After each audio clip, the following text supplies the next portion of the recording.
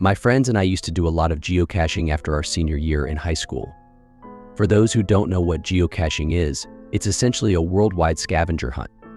People will select sites and conceal a geocache somewhere unobtrusive, then post GPS coordinates on geocaching websites where other searchers can download the coords and locate the cache. Usually, people who have found the object, often it's a chest or something hollow, will leave a note or small personal memento for future searchers to find and appreciate. There are several types of geocaches, and most of them are thematic, for example, scenic destinations, romantic sites, hard-to-reach areas, etc. This story begins when my friends and I decided to try a series of purportedly haunted locales within about an hour's drive of our hometown. It began innocently enough since most of the sites had spooky backstories that were, of course, entirely fabricated. So we had a great time scaring the piss out of each other and generally creeping ourselves out. We'd begun searching after the sun had set to enhance the creep factor, but by around midnight, most of our large group had dwindled off and gone their separate ways. When we reached our last point of interest, there was just myself, Rebecca, Kevin, and Evan left, and we were determined to knock it off our list. Rebecca was our guide for the night, in charge of putting in the coordinates and reading us the backstory behind each site. So while I drove, she began reading about the last one out loud to the rest of us. Now, I'm paraphrasing here, but it was something along the lines of, Henckel Asylum. Constructed in the early 1900s, the James Henckel Asylum was built to house a burgeoning population of the criminally insane, men who had committed vile crimes such as rape, murder, and torture without signs of remorse were deemed mentally unstable and sent to this facility for further study and rehabilitation. Once committed, very few criminals were ever released back into society, and those that were usually had been given frontal lobotomies, a very popular experimental procedure at the time, or electroshock therapy, both of which rendered the patient nearly brain dead, leaving them capable of performing only rudimentary tasks. Popular stories. Contemporary visitors to the asylum report hearing banging noises, cell doors opening and closing, and hearing cackling laughter that is abruptly cut short. It was pretty standard fare compared to the rest of the sites we'd visited that night, and we naturally had a good time psyching each other out for the next 15 minutes while I drove us to the asylum. We'd all heard about it. It was in our local area after all, and we knew it had been condemned and abandoned for as long as any of us could remember, so we figured it'd be a great place to run around and be reckless teenagers without risk of getting yelled at by the cops. When we finally arrived, it looked like something straight out of one of those cheesy B movies they show on sci-fi.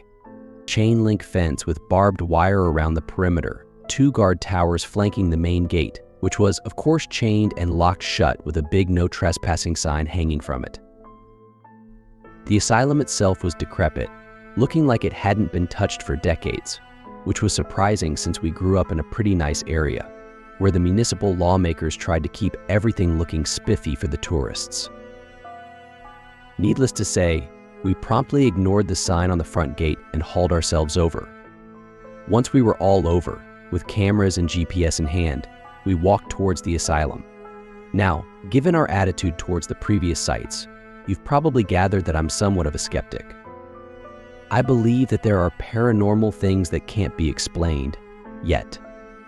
But I'm not exactly going to go about summoning demons in front of a bathroom mirror to be a free lunch to whatever decides to heed my call. So when we opened the main door to the asylum, which was so conveniently unlocked, I dismissed the cold burst of wind as just stale pent-up air rushing out after being trapped inside for so long. My friend's bravado, however, quickly disappeared, and they began shuffling their feet nervously at the entrance, hesitant to cross that invisible threshold. I took point, chivying them along with prodding taunts, and eventually everyone was inside. It wasn't as bad as I thought it'd be. Things were relatively clean, and the entire building looked like it had been gutted. The paint was peeling, tiles popping up here and there, and the metal trim near the baseboards of the wall was in desperate need of some rust remover. But aside from that, the place was entirely empty. No crazy-ass chairs with leather straps, no gurneys lying haphazardly around, just an old reception desk and 2 hallways leading off to the different wings. We explored for a few minutes, freaking ourselves out whenever we heard an old pipe rattle or rat squeak, but otherwise, it was relatively uneventful. Our fears were safely suppressed by the presence of each other, and we began to get more adventurous, opening doors and peeking inside. The rooms were all empty, of course. Whatever company had been contracted to clear the place out did a pretty decent job of removing any creepy decor. Bravado returning by the minute, Evan and Kevin dropped back without Rebecca or me noticing. They began running around, making noises to try and scare us. I'm not gonna lie, it worked until I realized they were gone and probably the cause of all the racket, then returned laughing and breathless to a decidedly paler Rebecca. She seemed to be a lot more put off by the whole place than the rest of us, or at least she didn't hide it as well. She quietly suggested we leave. Not to be outdone by the other guys of the group, I told her she was more than welcome to wait in the car if she wanted, but I was gonna stick around for a few more minutes. Exasperated, but defeated, she finally caved and followed us where the GPS was leading to the 2nd floor. This is where I started to feel genuinely scared. Before, I was just kind of creeped out, but there was something about that whole floor that literally gave me shivers, despite it being a warm summer night. We started opening doors like before, but we were all a lot more sober about it. I guess I wasn't the only one who was feeling weird. Finally, about midway through the hall, we opened the door to a room, and there, lying in the middle of the floor, was an honest-to-God straitjacket. I'm not bullshitting you, every other room was devoid of objects, but there it was. A fucking straitjacket, in the middle of the floor of some random-ass room in a condemned mental asylum. We all kind of looked at each other with raised eyebrows, as if to say, guys, you see what I'm seeing? And of course, trying to be a macho man to show off for Rebecca, I piped up with the most ridiculous idea I could think of at the time. Dude, I'm gonna put it on. Now you would think that years of watching horror flicks and reading creepypastas would have taught me that one does not fuck with an object that has obviously been placed in the center of a creepy, abandoned, empty room because it's clearly a trap. And you would be right. But unfortunately, teenage dumbfuckery won over, and once the words were out, I couldn't just wuss out. Nobody said anything, they just kind of looked at me expectantly, waiting to see if I'd follow through with my boast. Determined not to be called a pussy for the remainder of the night, I walked forward into the room and bent down to pick up the moth-ridden restraining device. As I got closer though, I noticed it wasn't moth-ridden at all, but was actually in pretty decent condition, that is, compared to the rest of the place, which as I've mentioned, was a shambles. I mean, it had a few stains here and there, but it didn't really smell and it seemed intact enough to put on.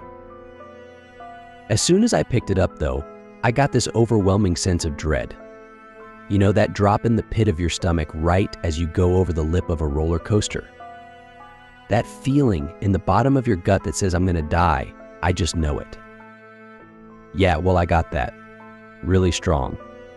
And totally ignored it. My desire not to die was outweighed, as it often is in teenagers, by my need to look cool for my friends. So I slipped my hands in the sleeves, one at a time until it hung loosely from my shoulders. Now, if you've ever seen a straitjacket, you know that you can't tie it up yourself. The whole point is to essentially cross your arms across your chest and tie the sleeves behind your back to prevent whoever's inside from moving their arms, presumably to stop them from hurting themselves or others.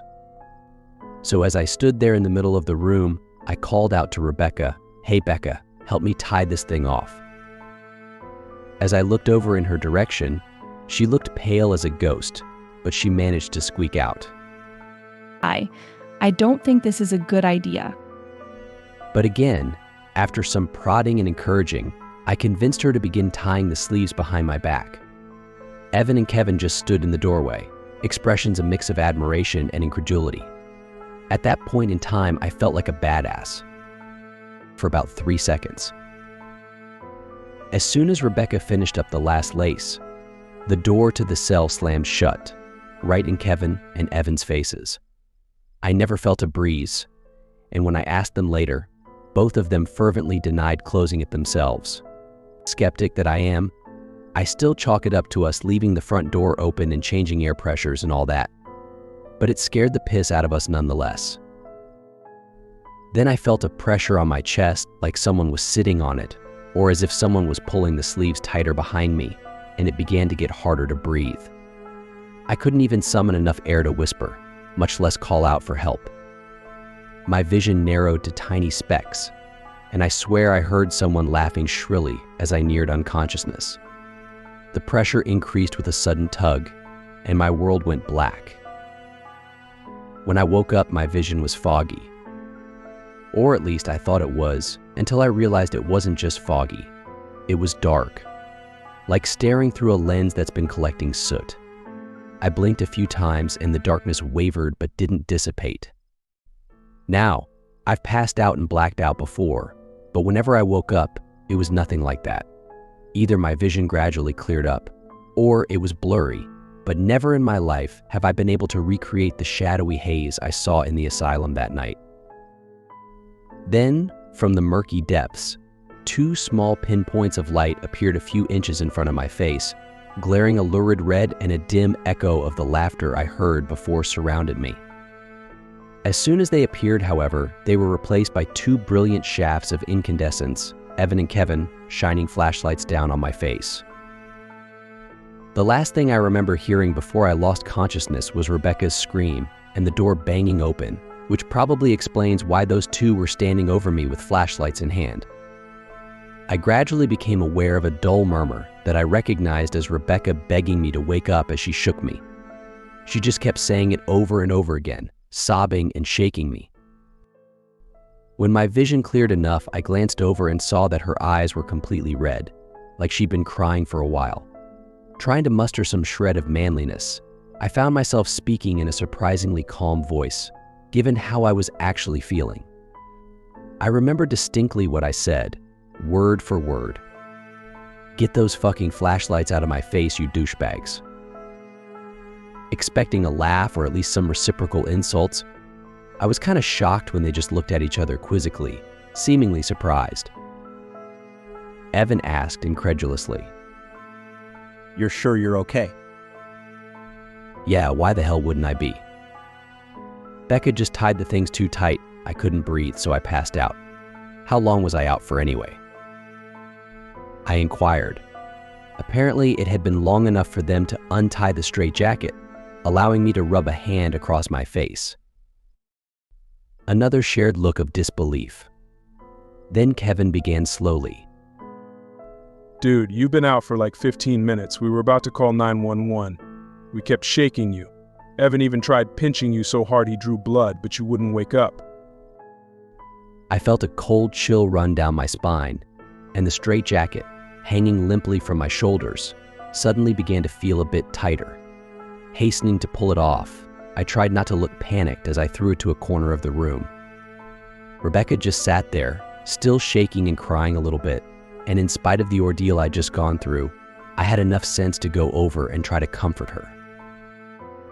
We left that room without a word, geocache be damned, and walked back to the car in complete silence, broken only by the occasional sniffle from Rebecca.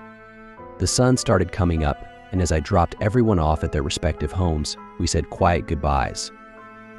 Rebecca was the last stop before I finally made the trip home myself. Being the gentleman that I am, I walked her to her door, but she paused at the entry and looked me in the eye. In the light of the gray dawn, I could see her eyes were still reddened from all the crying. She was very quiet, and she said, I have to ask you something. "Sure, what's up? Are you all right?" She surprised me by asking, Do you know how long it took Evan and Kevin to get the door open? Her eyes held a look that I could never forget. It was raw fear. Something happened in that fraction of time between me blacking out and them getting in there that had absolutely terrified her. And seeing that look, I realized. I was blacked out for 15 minutes. How long was she alone in that room? No. How long? 5 minutes. They said it took 5 minutes for them to open that stupid door. I was in there and I saw you and I saw. She broke off, another sob stopping her mid-sentence. At that point, I didn't want to know. I still don't want to know. I gripped her by the shoulders and said firmly, "Rebecca, it doesn't matter. No matter what you saw, I'm here. You're here. We're both safe. It doesn't matter. Nothing bad will happen. I promise." She just nodded numbly, opened her door, and walked inside her house. The next time I saw her, she was back to her usual self. But whenever I bring up that night to her, she freezes up and turns to stone, refusing to discuss it. I stand by what I said before. I don't know what happened in that room, and I don't ever want to know. But I still have nightmares about those two glowing red lights in the darkness. And sometimes, as I lapse into sleep, I hear faint echoes of shrill laughter following me down into the depths of unconsciousness.